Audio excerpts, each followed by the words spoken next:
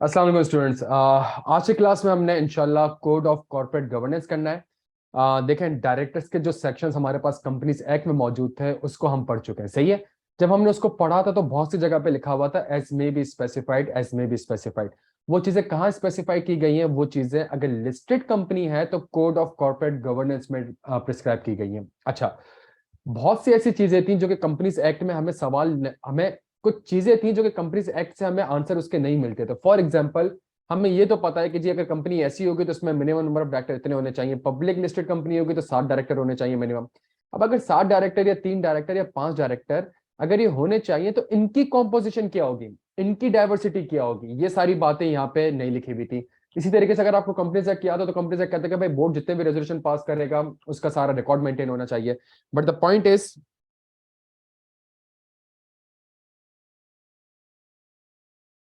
लेकिन सवाल ये पैदा होता है कि भाई ये सारी की सारी रिक्वायरमेंट, ये बोर्ड की मीटिंग कैसे होगी, नोटिस कब जाएंगे, एजेंडा कब जाएगा, बोर्ड की रिस्पॉन्सिबिलिटीज क्या है। ऑल्दो पावर एंड ड्यूटीज के सेक्शंस तो मौजूद हैं, लेकिन अगर आप उन सेक्शन को भी देखेंगे तो वहां पे लिखा होगा जी further responsibility as may be specified. तो फर्दर रिस्पॉन्सिबिलिटीज क्या है, वो सारी की सारी चीजें कोड ऑफ कॉर्पोरेट गवर्नेंस ने हमें एक्सप्लेन की है। इसको हम सबसे पहले, इसको लिंक करने के लिए सबसे पहले हमें ये चीज समझनी पड़ेगी।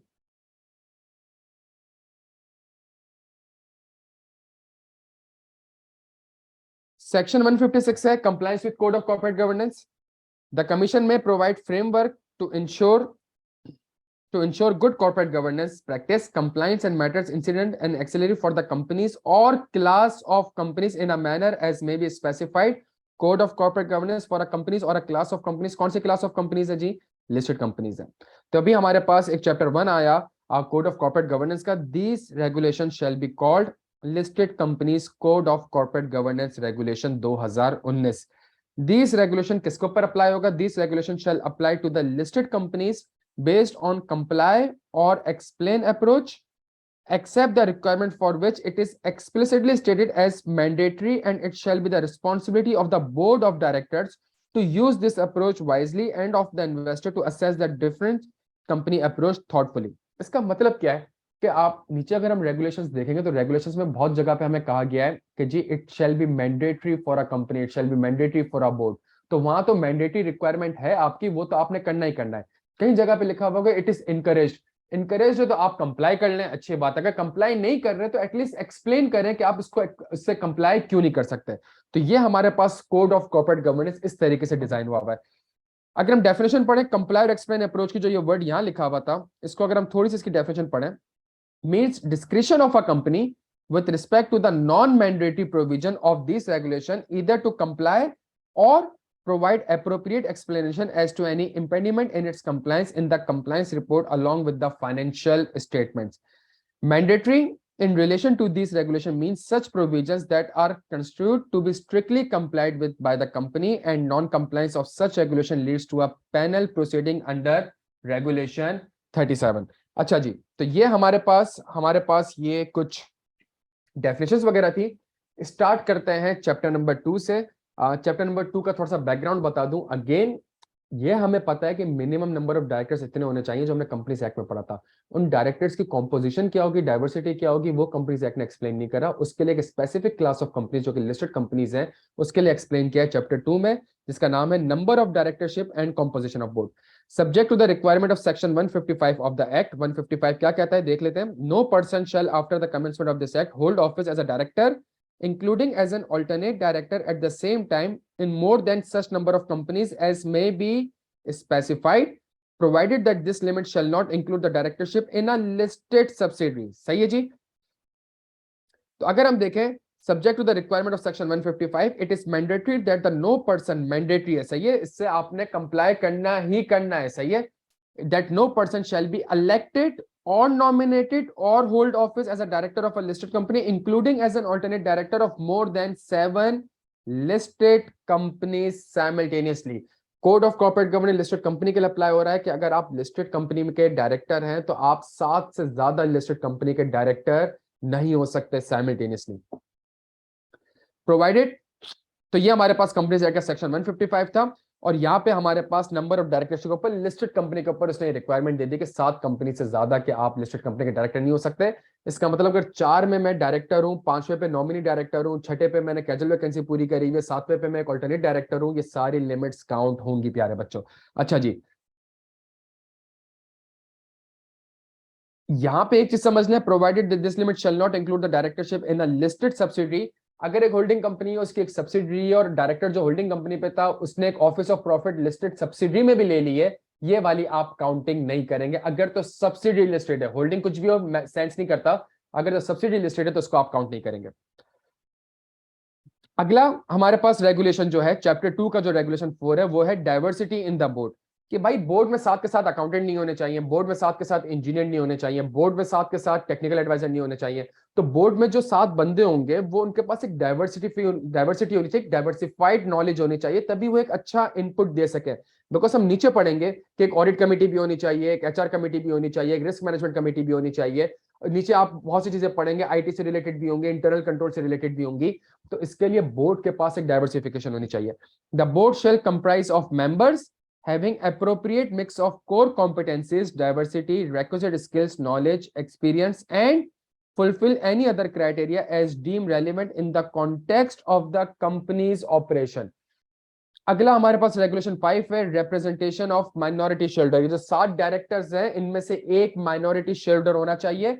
The minority shareholder as a class shall be facilitated by the board to contest election of director by proxy solicitation, for which purpose a listed company shall annex to the notice issued under subsection 4 of section 159 of the act a statement by a candidate from among the minority shareholder who seek to contest election to the board, including a profile of the candidate, provide information regarding the members and shareholding structure to the candidate on a request by the candidate and at the cost of the company, annexed to the notice issued under subsection 4 of the section 159 of the act, an additional copy of the proxy form duly filled by such candidate। ये क्या कहना चाह रहा है? ये कहना चाह रहा है कि जी आपके बोर्ड में एक माइनॉरिटी शेयर होल्डर की भी प्रेजेंटेशन होनी चाहिए। देखें, हमने कंपनीज एक्ट पढ़ा, हमने कहा कि अगर एक एक मेंबर के पास रिक्विजिट शेयर होल्डिंग है तो वो इलेक्ट हो सकता है, सही है, वो फ्रेश इलेक्शन करवा सकता है अगर एक मेंबर के पास रिक्विजिट शेयर होल्डिंग है। यहाँ पे कंपनी से आपको क्या बताना चाह रहा है? यहाँ पे कंपनी से आपको बताना चाह रहा है कि यार आप इसको यूं समझें कि ऐसे 100 मेंबर हैं, उनको मिला के उनके पास एक रिक्विजिट शेयर होल्डिंग बन रही है, तो क्यों ना आप उनको फैसिलिटेट करें कि अपने बोर्ड में एक माइनॉरिटी शेयर होल्डर को भी रखें। कैसे रखें? जब आप नोटिस दे रहे होंगे मीटिंग का, तो मीटिंग के नोटिस में आप एक माइनॉरिटी शेयर होल्डर का भी कैंडिडेट जिसकी प्रोफाइल है वो भी भेजें, सही है। अगर उस कैंडिडेट को आपने मेंबर्स की लिस्ट भी भेजनी है, मेंबर्स का शेयर रजिस्टर भी भेजना है, क्यों? ताकि उसको पता चल जाए कि कितने ऐसे मेंबर्स हैं जिनको वो अप्रोच करके प्रॉक्सी लेके उनसे वोट लेके बोर्ड में आ सकता है। ये सेकंड काम करवा सकता है आप। तीसरी सबसे इंपॉर्टेंट चीज प्यारे बच्चों, कि अगर वो कैंडिडेट अगर आपसे रिक्वेस्ट करता है तो कंपनी को अपने खर्चे पे प्रॉक्सी फॉर्म तक एक एडिशनल प्रॉक्सी फॉर्म देना। फॉर एग्जाम्पल, अगर मैं एक कंपनी का मेंबर हूं और एक माइनॉरिटी शेयरहोल्डर है, वो कंटेस्ट करना चाह रहा है, तो वो कंपनी को कह सकता है कि यार ये इब्राहिम जो है ना, इसको एक एडिशनल प्रॉक्सी फॉर्म दो, ये प्रॉक्सी फॉर्म मैं भर के रखूंगा, इसमें मैं अपना नाम वगैरह सब कुछ लिखूंगा, ताकि वो डायरेक्टली मुझे प्रॉक्सी अपॉइंट कर दो। मेरे पास प्रॉक्सी होगी तो मैं कह सकता हूँ कि यार मेरे पास फला कैंडिडेट को अपॉइंट करना है, हाँ जी अपॉइंट करना है, मैं इतने वोट दे रहा हूँ, मेरे पास इतने प्रॉक्सी अवेलेबल है। तो ये काम आप कर सकते हैं representation of minority share holder के लिए। अगली सबसे इंपॉर्टेंट चीज, independent director, it is mandatory. It is mandatory. देख लें ऊपर क्या वर्ड यूज हो रहा है। In relation to this means such provision that are constituted to be strictly complied with by the company and non-compliance leads to a penal proceeding under Regulation 37, जो कि थोड़ी देर में पढ़ेंगे। तो चूंकि यहाँ पे वर्ड मैंडेटरी का यूज हो रहा है, चूंकि यहाँ पे अच्छा compliance means discretion of a company with respect to non-mandatory provision of this regulation either to comply or provide appropriate expressions to any impediment in its compliance in the compliance report along with the financial statement।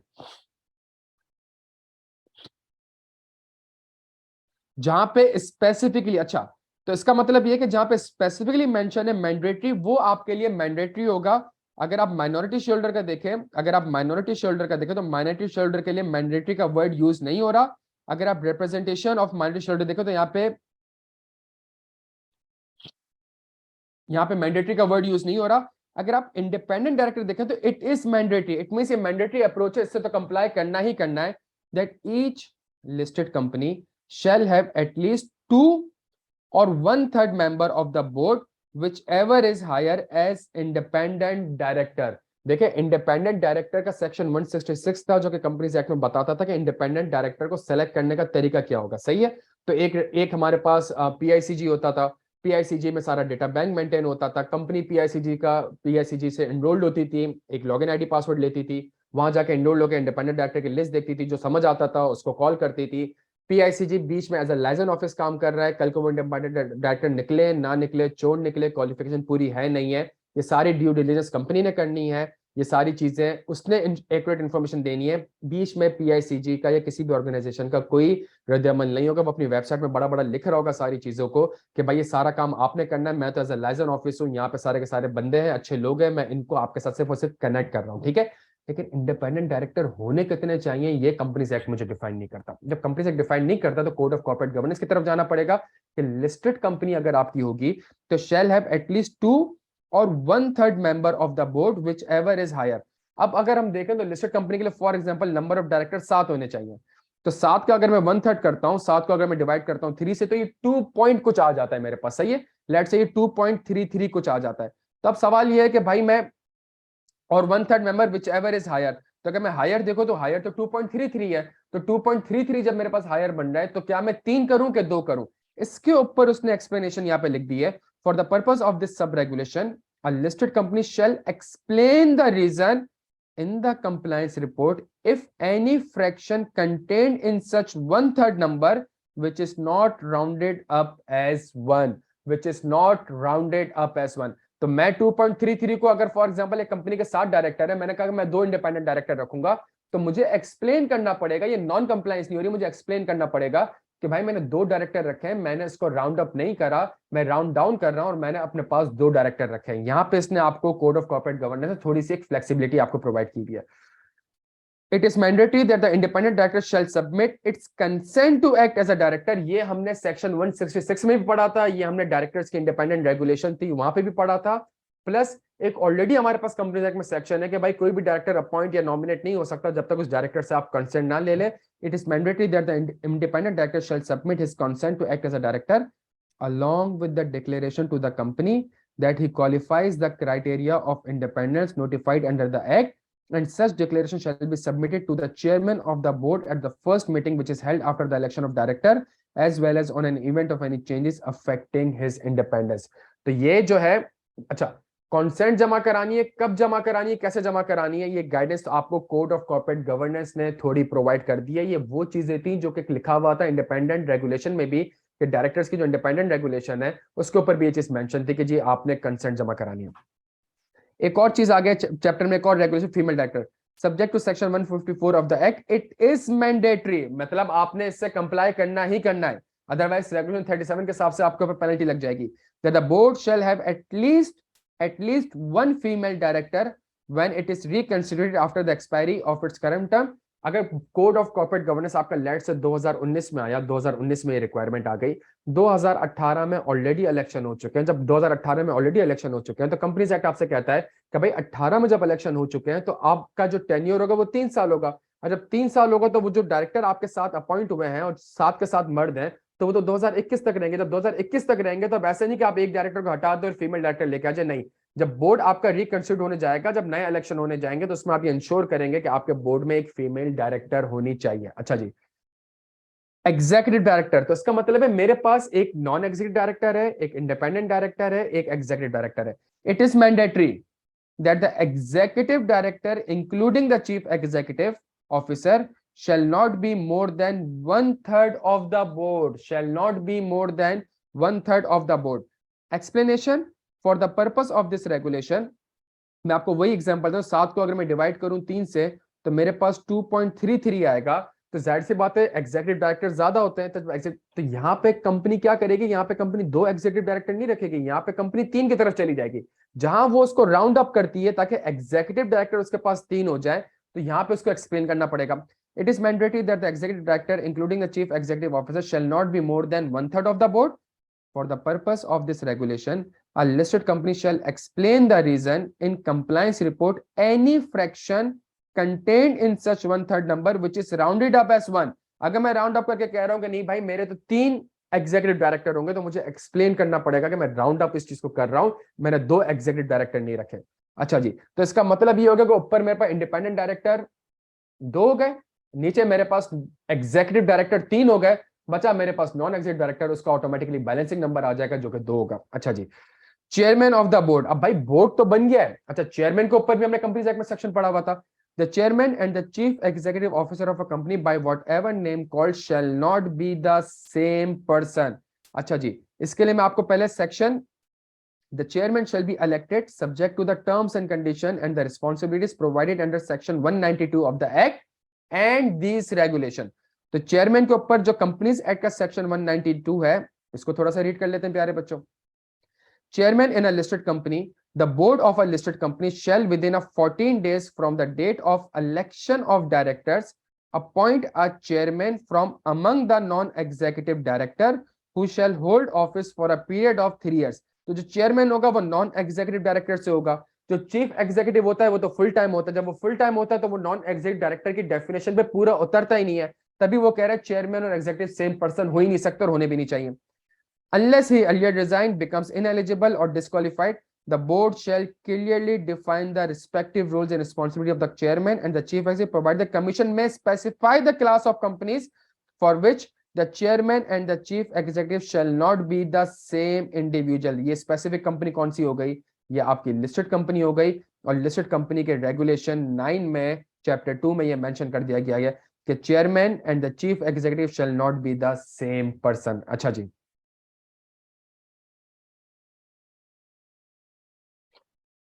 ये हमारे पास प्यारे बच्चों chapter 2 था।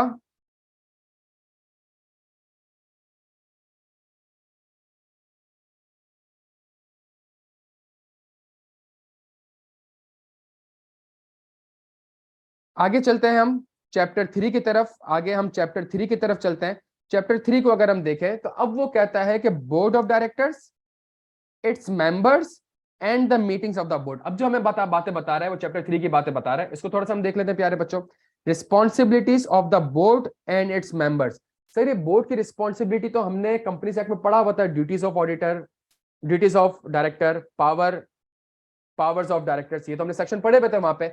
अच्छा, उन section में क्या लिखा हुआ है थोड़ा सा मैं आपको ब्रीफ कर देता हूं। Subject to the requirement of section 183, section 183 कौन सा था? Power of the board. और पावर ऑफ द बोर्ड आप सेक्शन देखेंगे तो वहां पे लिखा हुआ है any other matter which may be specified. कहां स्पेसिफाई कर दिया? यहां पे स्पेसिफाई कर दिया। 204 अगर आप देखें duties of director, duties of director के सब सेक्शन 7 में लिखा हुआ है in addition to the preceding subsections the commission may provide for the extent of duties and the role of director as may be specified। कहां specify कर दिया? कहां specify कर दिया? इस हमें चैप्टर 3 के रेगुलेशन 10 में स्पेसिफाई कर दिया।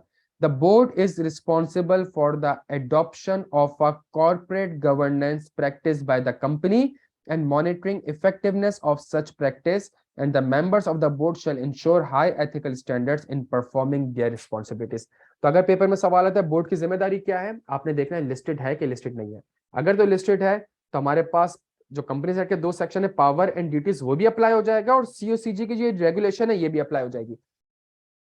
The board is responsible for the governance of risk and for determining the company's level of risk tolerance by establishing risk management policies। अब ये रिस्क मैनेजमेंट पॉलिसीज बनानी है, सारे काम करने, तो इसका मतलब है एक रिस्क मैनेजमेंट कमेटी भी बनानी पड़ेगी, जो कि आगे जाकर हम थोड़ी देर में देख लेंगे। An overall review of the business risk to ensure that the management maintain a sound system of risk identification, risk management, and related systematic and internal controls to safeguard the asset, resource, reputation, and interest of the company and shareholder। ये तो एक बड़ी simple सी चीज होती है कि हर company ने अपना रिस्क असेसमेंट प्रोसेस करना होता है, उसने ये एनालाइज करना होता है कि उसके क्या क्या बिजनेस रिस्क है। ये सारी जिम्मेदारी बोर्ड के ऊपर आयद कर दी गई कि जी आपकी जिम्मेदारी है, आपने रिस्क असेसमेंट करना है, उस रिस्क को मैनेज करना है। The board of the company shall ensure that the vision or mission statement monitoring the effectiveness of the company's governance practice and overall corporate strategy for the company is prepared, adopted, and reviewed as and when deemed appropriate by the board. The formal code of conduct is in place. तीसरा, adequate system and controls are in place. चौथा, a system of sound internal control is established. पांचवा, a formal and effective mechanism is put in place for an annual evaluation of the board's own performance, member of the board and of its committee। ये कुछ काम है, ये कुछ responsibilities हैं जो कि बोर्ड ऑफ डायरेक्टर्स की हैं। The board of directors, the board shall ensure that the complete record of the particulars of the significant policies along with their dates of approval or updating is maintained by the company. The significant policies may include but not limited to the following. कुछ policies हैं जो कि company से related होती हैं। इसके अंदर आपको रेवेन्यू की पॉलिसी भी दिखेगी, इसके अंदर आपको रिसीवेबल की भी दिखेगी, फाइनेंसिंग की भी दिखेगी, मार्केटिंग की भी दिखेगी, कॉर्पोरेट सोशल रिस्पॉन्सिबिलिटी दिखेंगी। ये सारी रिस्पॉन्सिबिलिटी, ये सारी पॉलिसीज आपने बोर्ड ने अप्रूव करनी है। इन सारी पॉलिसीज का रजिस्टर मेंटेन होना चाहिए। अगर इसमें कोई अपडेट होती है तो ये भी बोर्ड ने इंश्योर करना है कि सारी चीजें ये अपडेटेड है। The chairman of the board shall at the beginning of the term of each director issue letter to the director setting out their role, obligations, power and responsibilities in accordance with the act and the company's article of association, their remuneration and entitlement। तो जितनी जिम्मेदारियां company act में लिखी गई हैं, regulation में लिखी गई हैं, आर्टिकल ऑफ एसोसिएशन, ये चेयरमैन की जिम्मेदारी है कि जब बोर्ड इलेक्ट होगा, बोर्ड बनेगा, तो चेयरमैन की जिम्मेदारी है कि सारे बोर्ड मेंबर्स की जिम्मेदारी बताएं। All the directors of a company shall attend its general meeting, ordinary and extraordinary। It means अगर annual general meeting हो रही है, statutory general meeting हो रही है, EOGM हो रही है, बोर्ड ने ये मीटिंग्स अटेंड करनी है। लिस्टेड के केस में ये लाजमी अटेंड करनी है, unless precluded from doing so due to any reasonable cause। Agenda and discussion in meeting. अब भाई, अब जब मीटिंग होगी तो उसमें डिस्कशन क्या होगा?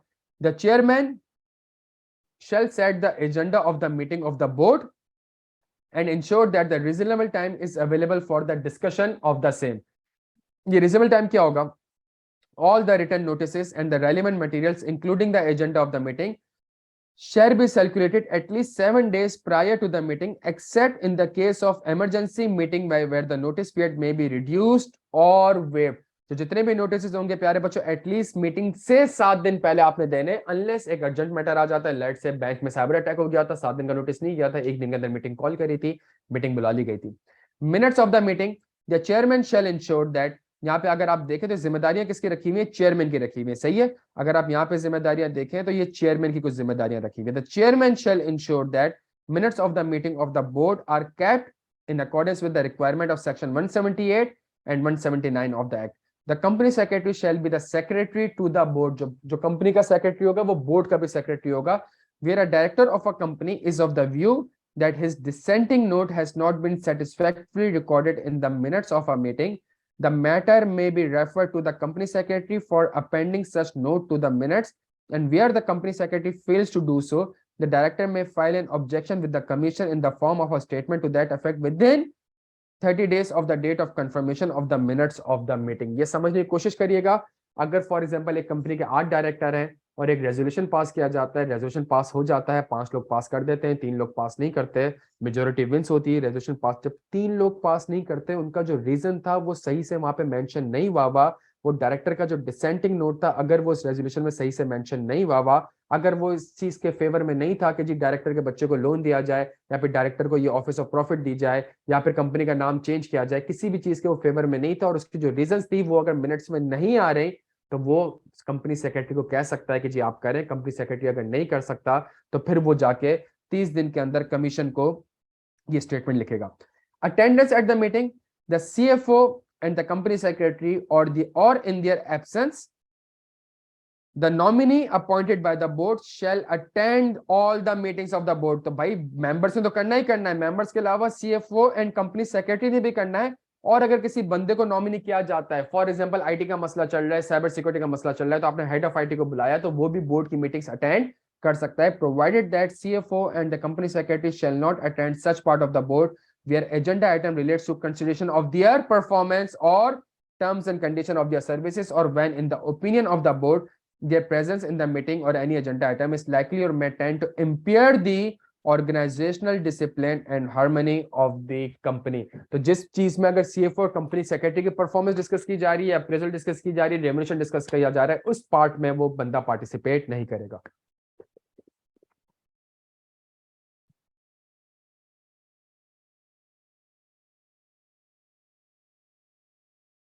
ये एक बड़ा चैप्टर था, चैप्टर 3, हमने इसको रीड किया। अब हम आ जाते हैं अगले चैप्टर में जिसका नाम है chapter 4, issues to be placed for decision of the board of director. देखिए इसको अगर आप थोड़ा सा यहाँ से लिंक करें तो यहाँ पे अगर आप बात देखें तो यहाँ पे बात कर क्या रहा है, वो बात ये कर रहा है कि भाई बोर्ड के पास बोर्ड के पास एजेंडा जा रहा होगा, सही है, बोर्ड के पास वर्किंग जा रहे होंगे। अब सवाल ये कि उस एजेंडा में क्या जा रहा होगा, उस वर्किंग पेपर में क्या जा रहा होगा, बोर्ड के पास क्या चीजें पेश की जा रही होंगी। Issues to be placed for the decision of the board of directors, the significant issue, regulation 14 chapter 4, the chief executive officer of the company, ये होल टाइम डायरेक्टर था, ये चीफ एग्जीक्यूटिव ऑफिसर, ये आपका एक एग्जीक्यूटिव डायरेक्टर था, ये पूरे time बैठा हुआ था, ये affairs of the company manage कर रहा था, इसकी जिम्मेदारी लगाई है। shall place significant issues for the information, consideration and decision as the case may be of the board or its committees, committees कौन सी थोड़ी देर में पढ़ते हैं, that include but are not limited to the following, ये कुछ significant issues हैं जो कि आपने बोर्ड के सामने पेश करने, क्या, जैसे ही चीफ एग्जीक्यूटिव को लगता है कि जी कोई रिस्क ऑफ डिफॉल्ट हो सकता है, हम लोन लिया हुआ है, हम डिफॉल्ट कर सकते हैं, आपने फौरन से बोर्ड के सामने इस मैटर को पेश करना है। एनुअल बिजनेस प्लान, अगर आपके साल का बिजनेस प्लान है, कैश फ्लोज है, प्रोजेक्शंस हैं, फोरकास्ट हैं, ये बोर्ड के सामने आपने पेश करना है। अगर आपने कोई बजट्स वगैरह बनाए हुए हैं, ये बोर्ड के सामने पेश करना है। अगर कोई ऐसा मैटर है जो कि ऑडिट कमेटी ने रिकमेंड किया है बोर्ड को, वो आपने चीफ एग्जीक्यूटिव ने और बोर्ड को पेश करना है। अगर कोई क्वार्टरली ऑपरेटिंग रिजल्ट्स हैं तो वो बोर्ड के सामने पेश करने, ताकि बोर्ड देखेगा हमारे क्वार्टरली रिजल्ट्स क्या आ रहे हैं। अगर कोई इंटरनल ऑडिट की रिपोर्ट्स हैं जिसमें फ्रॉड्स वगैरह हो रही है, ब्राइबरी हो रही है, करप्शन हो रही है, वो आपने बोर्ड के सामने पेश करना है। अगर मैनेजमेंट लेटर ऑडिटर ने इश्यू करा हुआ है, वो बोर्ड के सामने पेश करना है। अगर कोई कोलैबोरेशन होने जा रही है, कोई जॉइंट वेंचर होने जा रहा है, कोई डिसइन्वेस्टमेंट होने जा रही है, ये सारे मैटर्स आपने पेश करने हैं। कोई लीगल प्रोसीडिंग्स चल रही है, कोई केस चल रहा है, ये मैटर आपने बोर्ड के सामने पेश करना है। अगर आप कोई रिकवर मटीरियल अमाउंट रिकवर नहीं कर सकते, आपने कोई एडवांस लिया हुआ है, लोन लिया हुआ है, आपने किसी को लोन दिया हुआ है, एडवांस दिया हुआ है, अगर आपको लगता है ये मटीरियल अमाउंट रिकवर नहीं कर सकते, ये matter, for example national bank के बोर्ड में जब हैस्कॉल का मसला हुआ था, 2 दिन बाद ही बोर्ड बैठ गई थी, सीईओ ने बोला था भाई हैस्कॉल में ये चल रहा है मसला और इतना पैसा हमारा रहता है, अगर कोई ऐसा सिनेरियो होता है, ये बोर्ड के सामने आपने पेश करना है। इसके अलावा कुछ एनवायरमेंटल से रिलेटेड चीजें कि फॉर एग्जाम्पल अगर कोई सिग्निफिकेंट एक्सीडेंट्स वगैरह हुए हैं, फर्टिलिटीज हुई हैं, कोई पॉल्यूशन के मसले, एनवायरमेंटल प्रॉब्लम्स है, वो आपने बोर्ड के सामने पेश करना है। तो इस तरह कुछ मैटर्स हैं। अगर लेबर के साथ कोई डिस्प्यूट चल रहा है, ये आपने पेश करना है। तो कुछ मैटर्स हैं जो कि आपने बोर्ड के सामने सिग्निफिकेंट इश्यूज को प्लेस करना है।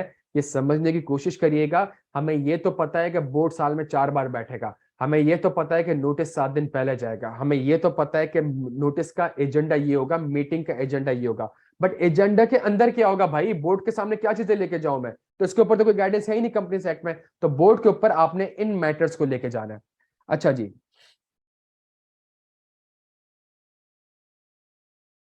सबसे इंपॉर्टेंट चीज, related party transaction. The details of all the related party transactions shall be placed periodically before the audit committee, and upon recommendation of the audit committee, the same shall be placed before the board for the review and approval. Last class में जब हम RP का सवाल कर रहे थे, उसमें लिखा हुआ था क्या क्या स्टैट्यूटरी कंप्लायंसेस करनी है। ऊपर कंपनी जो देखें आप लिस्टेड थी, तो एक स्टैट्यूटरी कंप्लायंस ये भी करनी थी कि ऑडिट कमेटी इसको रिकमेंड करेगा, बोर्ड ऑफ डायरेक्टर के पास जाएगा, बोर्ड ऑफ डायरेक्टर इसको रिव्यू करेगा एंड अप्रूव करेगा। ये भी एक हमारे पास रिक्वायरमेंट है। ये चैप्टर 4 था प्यारे बच्चों। हमारे पास अब छोटे छोटे चैप्टर है, हमारे पास चैप्टर 5 है और चैप्टर 5 का नाम है रेम्यूनरेशन ऑफ डायरेक्टर्स। अगर मैं रेम्यूनरेशन ऑफ डायरेक्टर्स को देखूं, formal policy, the board shall have in place a formal policy and transparent procedure for fixing the remuneration packages of individual directors for attending meetings of the board and its committees। तो ये board ने एक formal policy बनानी है। Determination of remuneration, यहाँ पे जो word आप देख रहे हैं, the board shall have place a formal policy and transparent procedure for fixing the remuneration. अब ये फिक्स कैसे किया जाएगा? No director shall determine his own remuneration, and the level of remuneration shall be appropriate and commensurate with the level of responsibility and expertise to attract and retain directors needed to govern the affairs of the company successfully and to encourage the values addition, provided it shall not be at the level that could be perceived to compromise their independence। अगर आपने एक independent director रखा और independent director को आप क्या कहते हैं, और इंडिपेंडेंट डायरेक्टर सिर्फ मीटिंग्स अटेंड करने के लिए आता है और एक आउटसाइड व्यू लेके आता है, वो किसी भी किस्म का कंपनी से कोई रिलेशनशिप उसका नहीं होता, पिक्यूनरी या अदरवाइज, और आप इंडिपेंडेंट डायरेक्टर को 20 लाख रुपए दे रहे हैं, तो आप इतने पैसे भी ना दें इंडिपेंडेंट डायरेक्टर को कि यार उसकी इंडिपेंडेंस ही कॉम्प्रोमाइज हो जाए। इस चीज का आपने थोड़ा सा ख्याल रखना है। The process adopted for the determination of director's remuneration shall comply with the provision of the act and the companies article of association. और ये क्या कहता है, ये कहता है यार ये एज पर स्केल होना चाहिए, और स्केल कौन अप्रूव करेगा, या तो बोर्ड अप्रूव करेगा या आर्टिकल ऑफ एसोसिएशन के हिसाब से होगा, जहां पे आर्टिकल ऑफ एसोसिएशन में जो लिखा हुआ होगा उसके हिसाब से आप ये स्केल बनाएंगे। अच्छा जी, अगली चीज हमारे पास आ गई चैप्टर 5 के बाद हमारे पास है चैप्टर 6, और चैप्टर 6 प्यारे बच्चों मुझसे कहता है डायरेक्टर्स ट्रेनिंग प्रोग्राम। अब डायरेक्टर को आपने इतने सारे काम दे दिए, क्या काम दे दिए कि भाई आपके सामने सिग्निफिकेंट इश्यूज भी प्लेस होंगे, आपने ये काम भी करना है, आपने ये भी करना है, आपने आरपी ट्रांजैक्शन को भी अप्रूव करना है, आपने गवर्नेंस को भी देखना है, आपने रिस्क मैनेजमेंट भी देखनी है, आपने इंटरनल कंट्रोल की पॉलिसीज भी बनानी है, आपने पॉलिसीज को अप्रूव भी करनी है, आपने उनको मॉनिटर भी करना है, लेबर के साथ मसला होता है आपने ये देखना है, लीगल सूट्स वगैरह होते हैं, ये सारे इश्यूज आपके सामने प्लेस होंगे। क्योंकि सारी चीजें आपके सामने रखी जा रही हैं तो इसका मतलब है आपको भी इस लायक बना दिया जाए कि आप डायरेक्टर का काम कर सके। तो इसके लिए एक रिक्वायरमेंट है directors training programme. The directors, all the companies shall make appropriate arrangement to carry out orientation for their directors, to acquaint them with these regulation, applicable laws, their duties and responsibilities, to enable them to effectively govern the affairs of the listed company for and on behalf of the shareholder। Directors training program में मैं आपके साथ सिर्फ ये वाला पढ़ रहा हूँ। By 30 जून 2022 जो कि गुजर चुका है, all the directors on their board have acquired the prescribed certification under any director training program offered by the institute, local or foreign, that meet the criteria as specified by the commission and approved by the it. A newly appointed director on the board may acquire the director training program certificate within a period of 1 year from the date of appointment as a director on the 30 जून 2022 तक आपके सारे director हो जाने चाहिए। 30 जून 2022 के बाद अगर election होते हैं, इलेक्शन में एक नया डायरेक्टर आता है, उस डायरेक्टर ने नहीं करी, 1 साल के अंदर उसको भी डायरेक्टर ट्रेनिंग प्रोग्राम करना होगा। Provided that directors having a minimum of 14 years of education and ये and लिखा हुआ है, सही है, and 15 years of experience on the board of a listed company, local or foreign, shall be exempt from the directors training program। अगर एक 14 साल का एक्सपीरियंस भी हो, 15 साल से मैं डायरेक्टर्स की कुर्सी पे बैठा हुआ हूँ, डायरेक्टर का एक्सपीरियंस है मुझे, तो मुझे आप क्यों डायरेक्टर ट्रेनिंग प्रोग्राम सिखा रहे हैं, मुझे सिखाने की जरूरत नहीं है। Companies are also encouraged, encourage का वर्ड लिखा हुआ है, to arrange the training for at least one female executive, one female executive। अगर कंपनी सेक्रेटरी है वो फीमेल है, वो फीमेल एग्जीक्यूटिव डेफिनेटली पूरा करेगा, उसको भी डायरेक्टर ट्रेनिंग प्रोग्राम दे दें, सही है। अगर हेड ऑफ इंटरनल ऑडिट है लेट से, वो भी फीमेल एग्जीक्यूटिव है, उनको भी आप दे दें।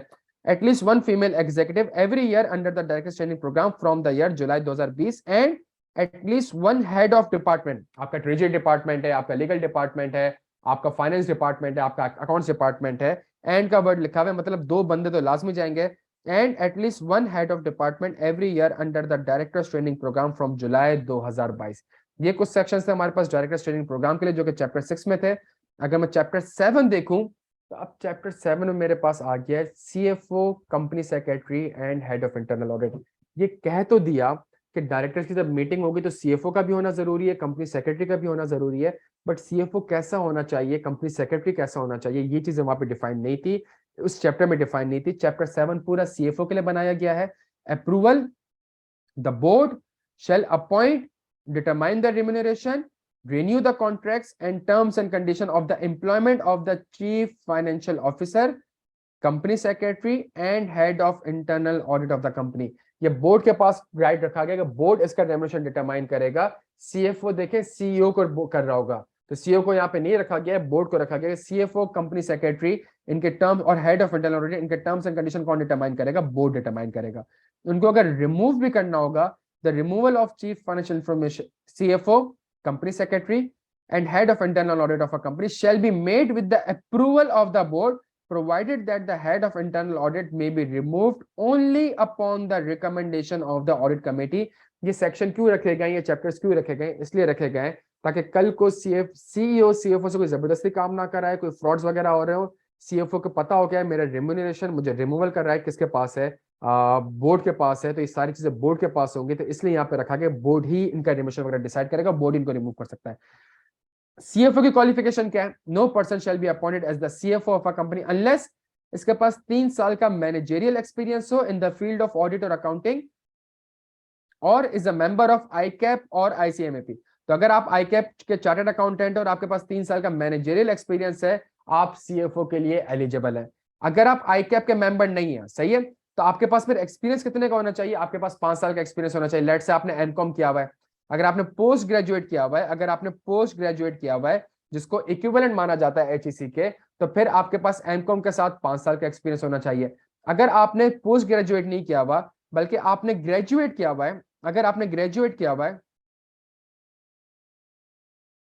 अगर आपने ग्रेजुएट किया हुआ है, तो आपकी एजुकेशनल क्वालिफिकेशन और कम हो रही है, तो फिर इसको कंपनसेट किया जाएगा एक्सपीरियंस के साथ। तो फिर आपके पास जो एटलीस्ट आपका एक्सपीरियंस होना चाहिए वो 7 साल का मैनेजेरियल एक्सपीरियंस होना चाहिए। ये क्राइटेरिया दिया हुआ है प्यारे बच्चों हमारे पास सीएफओ का। अगर आपको चार्टर्ड अकाउंटेंट बनने के बाद 3 साल गुजर चुके हैं, आप एक कंपनी के सीएफओ बन सकते हैं, मैनेजेरियल एक्सपीरियंस आपके पास मौजूद है, ठीक है। अगर इसी तरीके से आपने फॉर एग्जाम्पल आपने आईकैप से या आईसीएमए के चार्टर्ड अकाउंटेंट नहीं है आप, अगर आपने लेट से मास्टर्स किया हुआ है और मास्टर्स भी अकाउंटिंग और ऑडिटिंग की फील्ड में किया हुआ है, तो फिर आपके पास 3 साल का एक्सपीरियंस रिप्लेस हो जाएगा 5 साल से। आपका 5 साल का एक्सपीरियंस होना लाजमी है। ये हमारे पास कुछ क्राइटेरिया दिया हुआ है सीएफओ का। इंटरनल ऑडिटर का भी कुछ इसी तरीके से क्राइटेरिया दिया हुआ है। No person shall be appointed as the head of internal audit unless 3 साल का मैनेजेरियल, 3 साल का experience in the audit of finance और compliance function and is a member of the ICAP और आईसीएमएपी। चूंकि इंटरनल ऑडिट है तो internal audit कुछ सर्टिफिकेशन है, स्पेसिफिक सर्टिफिकेशन यहाँ पे मेंशन कर दी गई है। CIA, CFE, CISA certified internal control auditor. अगर आपके पास ये सर्टिफिकेशन है तो फिर आपका एक्सपीरियंस 5 साल में कन्वर्ट हो जाएगा। आपका 3 साल का एक्सपीरियंस रेलिवेंट नहीं है 5 साल का। या अगर आप पोस्ट ग्रेजुएट डिग्री किया हुआ है आपने फाइनेंस में और equivalent approved by to the HAC and is a member of the professional body relevant to such qualification,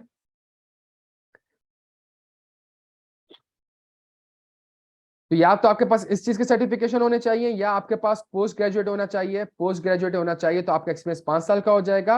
अगर आपके पास पोस्ट ग्रेजुएट नहीं है, आपके पास सिर्फ ग्रेजुएट है, तो आपका फिर एक्सपीरियंस कन्वर्ट हो जाएगा 7 साल में। आपका 7 साल का मैनेजेरियल एक्सपीरियंस होना चाहिए। क्या यहाँ तक बात समझ आती है हमें? तो ये हमें पास कुछ क्राइटेरिया दिए हुए। Qualification of company secretary, no person shall be appointed as the company secretary unless he holds the qualification as specified under the relevant regulation by the commission। वो रेगुलेशन क्या है इंशाल्लाह हमारी अगली क्लास का टॉपिक होगा। Provided the same person shall not simultaneously hold the office of CFO and the company secretary of a listed company। Company secretary और CFO दो अलग डेजिग्नेशन है इनके, ये पर्सन्स भी दो अलग अलग होने चाहिए। दोनों पर्सन लिस्टेड कंपनी में सेम नहीं हो सकते।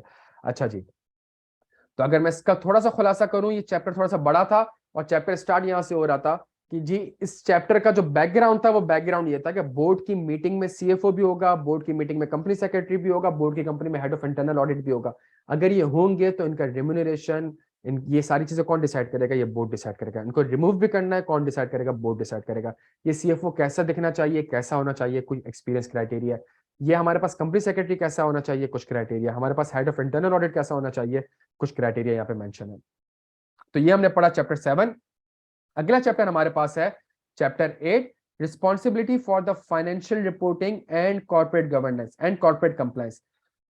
Financial statement endorsed by the CFO and chief executive officer. ये जो अगर लिस्टेड कंपनी के फाइनेंशियल स्टेटमेंट होंगे उनको इंडोर्स करेगा सीएफओ एंड सीईओ।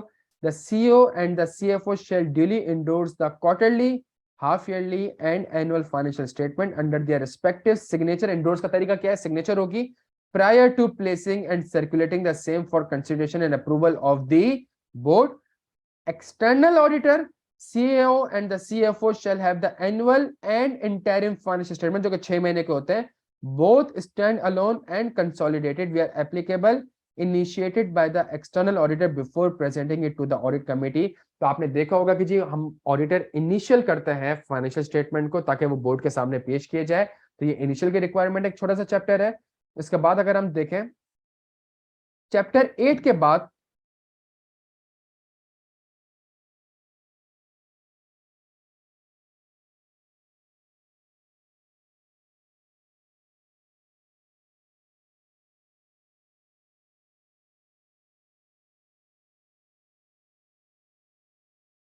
चैप्टर 8 के बाद प्यारे बच्चों हमारे पास आ रहा है चैप्टर 9। और चैप्टर 9 है कमिटीज ऑफ द बोर्ड। और कोई 3 से 4 कमिटीज है। उन कमिटीज का कॉम्पोजिशन क्या होगी? एग्जीक्यूटिव होंगे, नॉन एग्जीक्यूटिव होंगे, इंडिपेंडेंट होंगे। कमिटी का भी चेयरमैन होना चाहिए। चेयरमैन कैसा होना चाहिए? इंडिपेंडेंट होना चाहिए, नॉन एग्जीक्यूटिव होना चाहिए। कमिटी का काम क्या होना चाहिए, क्या उसके टर्म्स ऑफ रेफरेंस होंगे। कुछ बातें हैं जो कि कमिटीज ऑफ द बोर्ड से रिलेटेड बताई गई हैं। हमारी जो सबसे पहली कमेटी बनेगी, सबसे पहली जो कमेटी बनेगी वो ऑडिट कमेटी बनेगी. It is mandatory that the audit committee shall be constituted by the board keeping in view the following requirements. The board shall establish an audit committee. Audit committee board को report करेगी. तो board में 7 लोग हैं, तो वो 7 लोग एक और कमेटी बनाएंगे जिसका नाम होगा ऑडिट कमेटी का. The board shall establish an audit committee of at least 3 members. तो यहाँ पे जो आपके पास एटलीस्ट 3 मेंबर होने चाहिए, comprising of non executive director, और ये मैंडेटरी है, सही है, comprising of non executive director and at least 1 independent director. तो अगर 3 है तो इसका मतलब है 2 आपके पास नॉन एग्जीक्यूटिव डायरेक्टर होंगे और 1 आपका इंडिपेंडेंट डायरेक्टर होगा. The chairman of the committee shall be an independent director who shall not be the chairman of the board. Board देखिए, ऑडिट कमेटी बोर्ड को क्या रिस्पॉन्ड करेगी, बोर्ड को रिपोर्ट करेगी.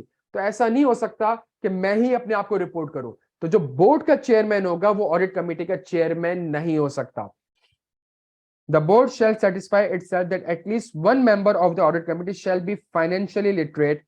For the purpose of this clause, the expression financially literate means a person who is a member of a recognized body of a professional accountant, has a postgraduate degree in finance from a university or equivalent institution, has at least 10 years of experience as an audit committee member, at least 20 years of senior management experience in overseeing a financial audit related matter.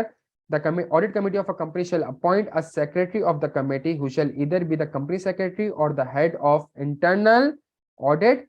जो company secretary होगा उसको भी आप audit committee का secretary बना सकते हैं, या हेड ऑफ इंटरनल ऑडिट को आप ऑडिट कमेटी का सेक्रेटरी बना सकते हैं. It is mandatory that the meeting of the audit committee shall be held as per the following requirement. The audit committee of a company shall meet at least once every quarter of the financial year. These meetings shall be held prior to the approval of an interim result of the company by its board. तो इसका मतलब है कि अगर board ने interim results को approve करने हैं तो वो अप्रूव करने से पहले ऑडिट कमेटी बैठेगी, ऑडिट कमेटी इंटरिम रिजल्ट को अप्रूव करेगी, उसके बाद बोर्ड कमेटी करेगी. क्योंकि ऑडिट कमेटी का TOR हम पढ़ेंगे तो इसमें काम उसके पास यही है. And after the completion of external audit, the meeting of the audit committee shall also be held if requested by the external auditors, head of internal audit और by the chairman of the audit committee. अगर कोई request करेगा तब भी आपको audit committee call करनी पड़ेगी. आप ये नहीं कर सकते कि नहीं भाई क्वार्टर में एक हो गई तो बोर्ड नहीं होगी, नहीं, और हो सकती है. The head of internal audit and external represented by the engagement partner और in his absence any other partner designated by the audit firm shall attend the meeting of the audit committee at which issues, if any, relating to accounts and audits are discussed, provided that the CEO and CFO shall not be the members of the audit committee. CFO और CEO audit committee के member नहीं हो सकते, because audit committee का काम ही बाकायदा ये हो रहा होगा कि फ्रॉड तो नहीं हो रहा, कंट्रोल सही है.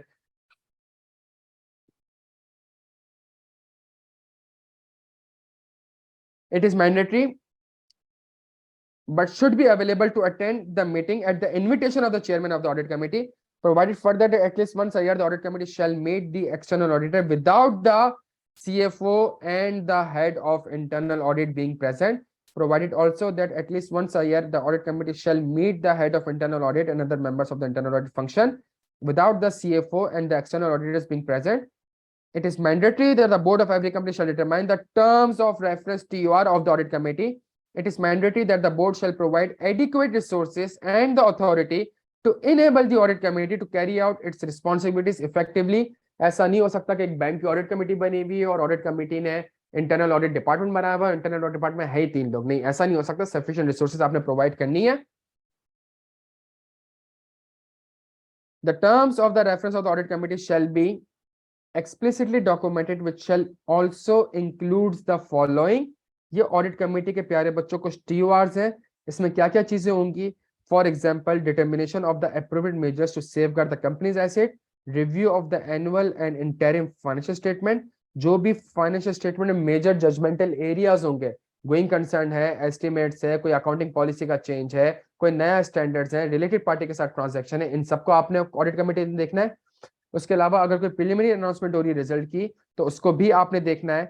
फैसिलिटेट करना है एक्सटर्नल ऑडिटर को और discussion with the external auditors to for the major observation arising from the interim and financial audit. Management letter को रिव्यू करना है जो कि एक्सटर्नल ऑडिटर इशू करेगा. Ensuring the coordination between the internal and external auditor of the company. Review the scope and the extent of internal audit, audit plan, reporting framework. तो जो पूरा internal auditor होगा उसका जो पूरा ऑडिट प्लान होगा वो ऑडिट कमेटी बनाएगी, वो ऑडिट कमेटी को रिपोर्ट कर रहा होगा, ऑडिट कमेटी जाके आगे बोर्ड ऑफ डायरेक्टर्स को रिपोर्ट कर रही होगी। तो ये एक कुछ TORs हैं प्यारे बच्चों, जो कि ऑडिट कमेटी के TORs हैं, ये उनकी ड्यूटीज हैं, ये उनकी रिस्पॉन्सिबिलिटीज हैं। It is mandatory that the secretary of the audit committee shall circulate minutes of the meeting of the audit committee to all the members, directors, head of internal audit, and we are required to the CFO prior to the next meeting of the board, provided that where there is not practicable, the chairman of the audit committee shall communicate a synopsis of the process। ये कैसे हो सकता है? Audit committee आज 17 तारीख को हो रही है, आज 17 तारीख को ऑडिट कमेटी हो चुकी है, बोर्ड जो थी वो फॉर एग्जांपल 24 को हो रही है। जब ऑडिट कमेटी 17 को है और बोर्ड 24 को है, तो इस बोर्ड मीटिंग से पहले इस ऑडिट कमेटी के मिनट्स बोर्ड के मेंबर्स को देना है। अब भाई मिनट्स तो बनाने के लिए मेरे पास 7 दिन है, मिनट्स बनाने के लिए मेरे पास 7 there is a possibility minutes ना बने हो, तो एटलीस्ट आप ये इंश्योर कर लें कि जो सिनॉप्सिस हो वो आपने बोर्ड मेंबर्स को कम्युनिकेट कर दिया along with the minutes of the meeting of the board। ये हमारे पास एक कमेटी थी ऑडिट कमेटी। हमारे पास जो अगली कमेटी है प्यारे बच्चों वो HR कमेटी है, human resource and remuneration committee. There shall be a HR and remuneration committee of at least 3 members comprising of a majority of non-executive director, of whom at least 1 member shall be an independent director comprising same criteria। non-executive director का होना चाहिए और इसमें से एक independent director होना चाहिए। The chairman of the committee shall be an independent director and the CEO Chief Executive Officer may be included as a member of the committee। अगर आप चाहें तो चीफ एग्जीक्यूटिव को देखें, ये रिम्यूनरेशन की बात चल रही है, तो नीचे अगर कोई चीज रिकमेंड करनी है किसी डिपार्टमेंट का रिम्यूनरेशन, अप्रेजल्स, परफॉर्मेंस इवैल्यूएशन, तो ये तो सारा काम पूरे साल सीईओ बैठ के कर रहा था, सीईओ उनके मुंह लग रहा था। तो अगर आप HR कमेटी में चाहें तो सीईओ को रख सकते हैं, ऑडिट कमेटी में सीईओ नहीं रह सकता। The committee shall meet at least once in a financial year and may meet more often if requested by a member of the board or committee itself। क्यों once in a financial रखा है? Because normally evaluation, compensation, promotion, remuneration ये annually discuss किया जाता है। And the head of human resource or any other person appointed by the board may act as the secretary of the company। The CEO, if not a member of the committee, head of human resource, if not the secretary to the committee or any other advisor person, may attend the meeting only by invitation। A member of the committee shall not participate in the proceedings of the committee where an agenda item relating to his performance or review or renewal of the terms and condition of his services comes up for the consideration। The TOR of the committee shall be determined by the board, which may include the following। अब ये कुछ हमें बताया हुआ है HR से related कि HR की अगर कोई कमेटी होगी तो उसके TOR क्या होंगे? Recommendation to the board for consideration and approval of a policy framework for determining the remuneration of directors, both executive and non-executive। The definition of senior management will be determined by the board, which shall normally include the first layer of management below the CEO। CEO को जो first layer report करती है वो उनके पास management में आ सकते हैं, senior management में आ सकते हैं। उनका रिम्यूनरेशन क्या होना चाहिए? Undertaking annually a formal process of evaluation of the performance of the board। अभी थोड़ी देर पहले हमने पढ़ा था कि जी बोर्ड की परफॉर्मेंस इवैल्यूएशन होनी चाहिए, तो वो इवैल्यूएशन कैसे करेगी? भाई कमेटी बनानी चाहिए। कमेटी में मैं ही आ जाऊं? नहीं, मैं नहीं आ सकता। कमेटी में इंडिपेंडेंट और नॉन एग्जीक्यूटिव डायरेक्टर होंगे, वो ये पॉलिसी बनाएंगे, वो ये इवैल्यूएशन करेंगे, रिकमेंड करेंगे HR management policies to the board, recommending to the board the selection, evaluation, development, compensation including retirement benefit of chief operating officer, CFO, company secretary and the head of internal audit। तो ये हमारे पास कुछ, अगर CEO का कोई consideration है, कोई approval है, कोई रिकमेंडेशन है, वो भी आप सारे के सारे HR कमेटी में सारे डिस्कस होंगे। तो इसका काम सिर्फ रेम्यूनरेशन, इवैल्यूएशन, परफॉर्मेंस इवैल्यूएशन होगा। हमारे पास एक और कमेटी है जिसका नाम है नॉमिनेशन कमेटी। ये एक बड़ी अजीब सी कमेटी है। इसका काम क्या होता है, इसको थोड़ा समझने की कोशिश करते हैं। The board may constitute a separate committee designated as the nomination committee of such number and class of directors as it may deem appropriate in the circumstances। The nomination committee shall be responsible for considering and making recommendation to the board in respect of the board committee and the chairmanship of the board's committee, and keeping the structure, size and composition of the board under regular review and for making recommendation to the board with regard to any changes। तो जितनी भी committees बनी है तो इसके लिए एक nomination committee बनाई जा रही है, ताकि नॉमिनेशन कमेटी सारी कमिटीज को इवैल्यूएट कर सके कि इसका साइज सही है, कमेटी का, independent director, non executive director, size, quorum, ये सारी रिक्वायरमेंट पूरी हो रही है। अगर कोई चेंज आता है लॉ में तो क्या वो चेंज की वजह से सारी रिक्वायरमेंट पूरी हो रही है कि नहीं हो रही, तो एक और कमेटी बनाई जाती है जिसका काम नाम होता है नॉमिनेशन कमेटी का। आखिरी कमेटी बड़ी इंपॉर्टेंट है जिसका नाम है रिस्क मैनेजमेंट कमेटी। आपको बोर्ड में बता तो दिया क्या कि आपने बिजनेस रिस्क करना है, आपने ये करना है, लेकिन भाई ये करेगा कौन? बोर्ड एक और सब कमेटी बनाएगी जिसका ये काम होगा। The board may constitute the risk management committee of such number and class of director as it may deem. मैं अब यहाँ पे आपके ऊपर ऑप्शन रखा गया कि आप जैसा चाहे बना लें। to carry out a review of the effectiveness of the risk management procedure and present a report to the board. The terms of the reference of the committee may include the following.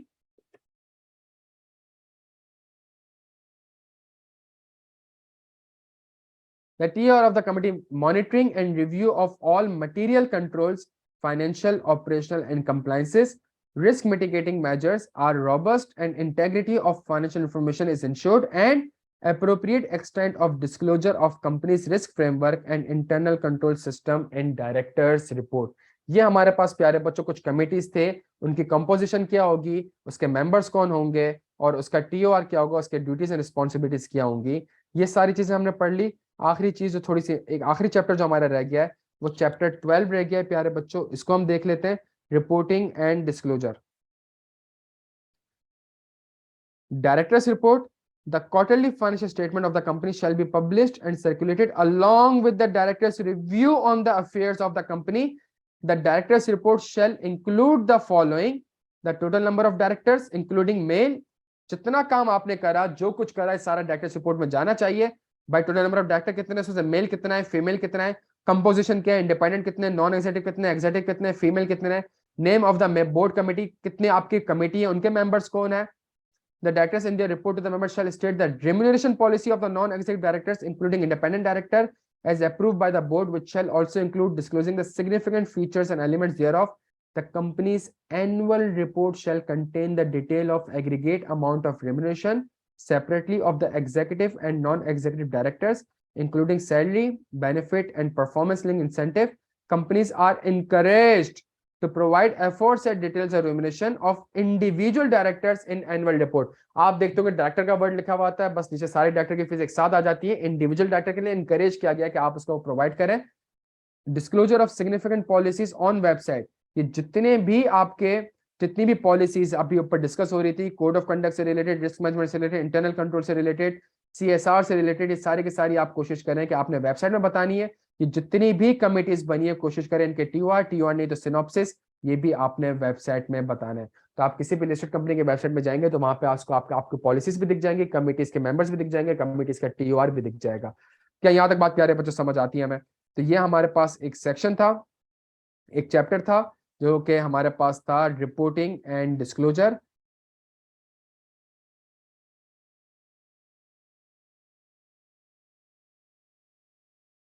एक chapter हमारे पास internal audit का है। ये बार बार हम internal audit पढ़ रहे थे कि जी इंटरनल ऑडिट होगा, ऑडिट कमेटी का सेक्रेटरी इंटरनल ऑडिट भी हो सकता है। ये इंटरनल ऑडिट है क्या, इसको रीड कर लेते हैं।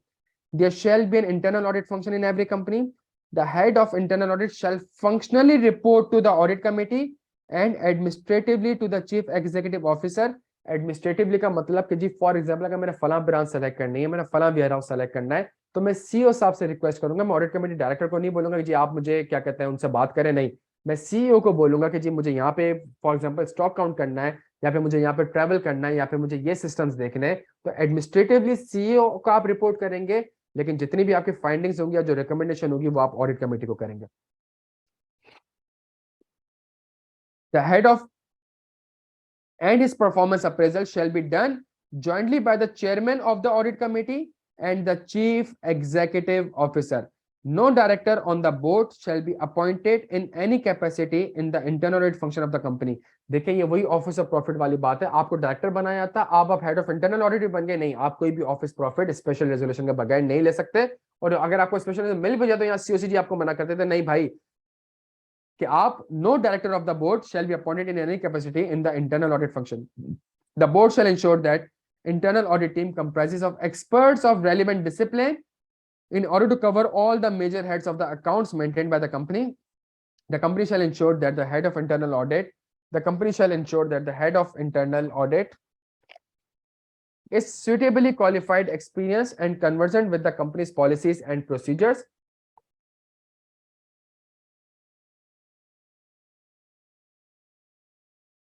The internal audit function wholly or partially may be outsourced by the company to a professional services firm.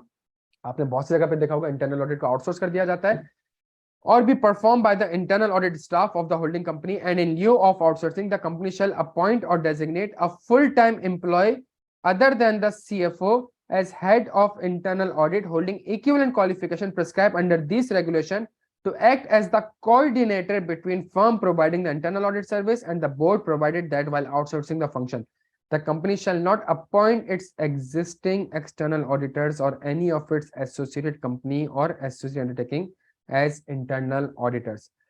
All companies shall ensure that internal audit reports are provided for the review of the external auditors. अगला chapter external auditor, भाई ये कौन होंगे? Terms of appointment of external auditor. It is mandatory that the no company shall appoint an external auditor, a firm of auditor which has not been given a satisfactory rating under QCR program of ICAP, and additional with the Audit Oversight Board of Pakistan under section 361 of Securities and Exchange Commission of Pakistan.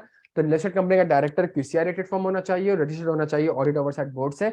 It is mandatory that no company shall appoint as external auditors a firm of auditor which or a partner of which is in non-compliance with the IFAC guideline on code of ethics. अगर मैं ICAP की वजह से disqualified हूं, मैं company listed company का director नहीं बन सकता. It is mandatory that the board of a company shall recommend the appointment of external auditors for a year. हमेशा हमेशा हमेशा board of a company recommend करेगा, and its remuneration as suggested by the audit committee, and such recommendation shall be included in the director's report. And in case a recommendation for the appointment of an auditor is other than the retiring auditor, the reason for the same shall be included in the director's report. तो director's report का एक और content यहाँ पे छुपा हुआ है, थोड़ा सा active रहना है, सही है? It is mandatory that the no company shall appoint its external auditors to provide services in addition to the audit except in accordance with this regulation, and shall require the auditor to observe applicable IFAC guidelines in this regard. तो अगर IFAC आपको मना करता है valuation services आप provide नहीं कर सकते, अगर मटेरियल है आप प्रोवाइड नहीं कर सकते. It is mandatory that the no company shall appoint a person as an external auditor or a person involved in the audit of a company who is a close relative, spouse, parents, dependent and non-dependent of the chief executive, CFO, the head of internal audit, the company secretary or a director of the company. अगर ऐसा कोई relationship create हो रहा है, आप IFAC के अलावा ये एडिशनल गाइडेंस दी हुई है, अगर ऐसा कोई रिलेशन क्रिएट हो रहा है आप लिस्टेड कंपनी का ऑडिट नहीं कर सकते. It is mandatory that every company requires the external auditor to furnish a ML management letter to its board within 45 days of the date of the audit report, provided that any matter deemed significant by the external auditor shall be communicated in writing to the board prior to the approval of the audited accounts by the board. तो ये जो हम cover letter issue कर रहे होते हैं initial के साथ, ये इस चीज की बात कर रहा है. Provided that all the interrelated companies, institutions engaged in the business providing financial. It is mandatory that every company requires the external auditor to furnish a management letter, provided that. It is mandatory that all the listed company other than those in the financial sector shall at the minimum rotate the engagement partner after every 5 years. तो अगर कोई financial sector listed है तो 5 साल बाद audit form change हो जाएगी. Other than financial sector आपको 5 साल बाद पार्टनर रोटेट करना पड़ेगा. Provided that in case of the financial sector for this purpose means banks, NBFCs, मुदारबाज एंड इंश्योरेंस और तकाफुल इंश्योरेंस कंपनीज. तो प्यारे बच्चों, मैंने कोशिश करी है कि 1 घंटे के अंदर मैं कोड ऑफ कॉर्पोरेट गवर्नेंस को सारा यहाँ पे आपके सामने पेश कर दिया है. थोड़ा समझने की कोशिश करिएगा, इसमें थ्योरेटिकल चीजें बहुत ज्यादा है. जो काम की चीजें हैं ये है कि यार आपको ये समझ में आना चाहिए कि COCG आया इसलिए है बिकॉज कंपनीज एक्ट में बहुत सी चीजों के ऊपर गाइडेंस प्रोवाइड नहीं की गई थी. तो वो गाइडेंस के लिए बार बार कहता था as may be specified by the commission, वो सारी चीजें यहाँ पे स्पेसिफाई कर दी गई हैं.